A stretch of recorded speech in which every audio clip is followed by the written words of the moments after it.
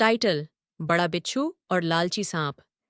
एक समय की बात है, एक घने जंगल में एक बड़ा बिच्छू और एक लालची सांप रहते थे। दोनों का स्वभाव बिल्कुल अलग था। बिच्छू शांत और समझदार था, जबकि सांप बहुत ही लालची और चालाक था। एक दिन की बात है, जब बिच्छू अपनी छोटी सी बांस की झोपड़ी में आराम कर रहा था, तब सांप वहां आया। सांप ने बिच्छू से कहा, मित्र, मैंने सुना है कि नदी के पार एक बड़ा खजाना छुपा हुआ है। चलो, हम दोनों मिलकर उसे खोजते हैं। बिच्छू पहले तो संकोच में था, लेकिन सांप के लगातार आग्रह पर वह मान गया। दोनों ने मिलकर नदी पार करने की योजना बनाई। जब वे नदी के किनारे पहुंचे, तो सांप ने कहा, बिच्छू, तुम मेरी पीठ पर सवार हो जाओ, मैं तैरकर हमें पार ले जाऊंगा।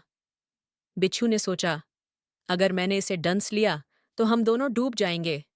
इसलिए उसने सांप पर भरोसा किया और उसकी पीठ पर चढ़ गया। सांप ने बिच्छू को अपनी पीठ पर बिठाया और तैरना शुरू किया।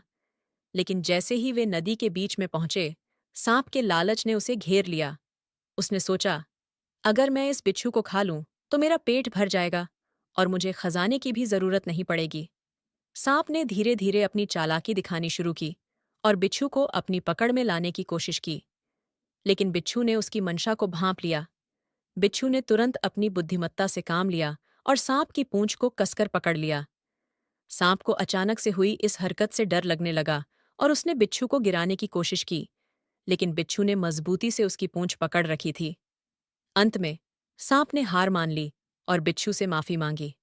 उसने कहा, मुझे माफ कर दो, मैंने लालच में आकर गलत काम करने की कोशिश की। बिच्छू ने सांप को माफ कर दिया और दोनों सुरक्षित नदी पार कर गए।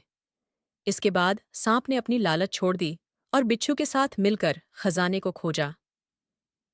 इस घटना के बाद दोनों ने सच्ची मित्रता और ईमानदारी के महत्व को समझा और मिलजुल कर खुशी खुशी रहने लगे।